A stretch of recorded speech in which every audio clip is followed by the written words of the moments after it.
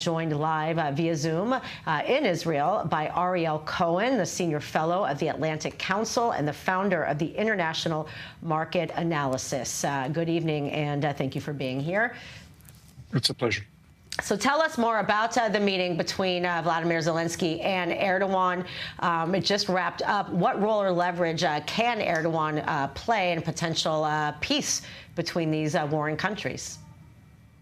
Erdogan is in a unique situation because he talks to Putin.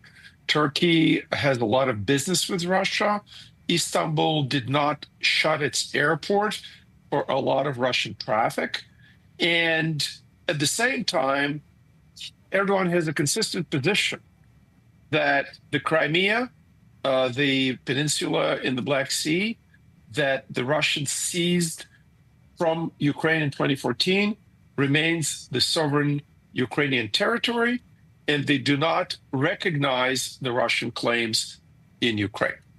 It appears that President Trump may have delegated to Erdogan some of the negotiating authority, and this is why Zelensky is talking to him in Ankara, while the Russian delegation and the Ukrainian delegation are arriving to Istanbul. But I must stress, Putin downgraded the level of his delegation. First, it was expected that Trump may come there today and open the talks together with Putin and Zelensky.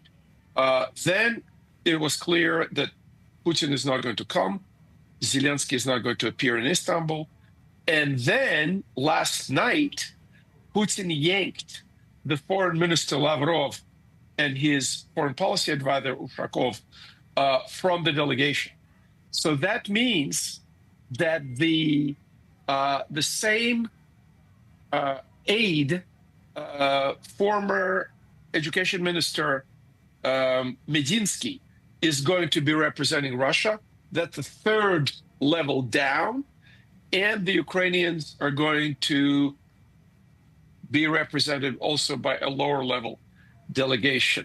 It also means that this is not the breakthrough talks that may lead to a quick ceasefire. I hope that it will lead to a longer ceasefire, as Ukraine and the Europeans want. And also, I want to stress that the United States is in a very sort of murky position. It is not unquestionably supporting Ukraine, and Ukraine is a weaker part here. And it appears that the United States may continue providing weapons to Ukraine only if these weapons are paid for. The Europeans will have to pay for these weapons because Ukraine is broke, or the Europeans will have to manufacture and provide their own weapons, which they have a very hard time doing. So in the long term, the vector is in favor of Russia and against Ukraine. Do you think, though, I mean, with these delegations, do you think it kind of backs up the point Zelensky's making that Russia doesn't seem very serious? I mean, what's the point of these lower level, diplomats to meet if they don't have any kind of power or sway on the leaders of these countries?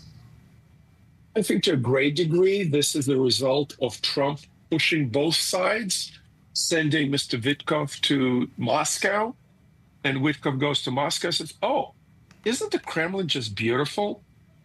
Come on, this is the toughest negotiation probably since Vietnam." Wow. You have to have competence and experience in negotiating with the Russians, or for that matter, with the Iranians, who are very, very tough negotiators in both cases. And the Russians smell weakness. The Russians understand power. If the United States is not standing side by side with Europe and Ukraine, the negotiating position of Ukraine, even if you want peace, the negotiating position of one of the sides is weakened by the United States. All right. Thank you very much for that explanation, Ariel Cohen, Senior Fellow of the Atlantic Council.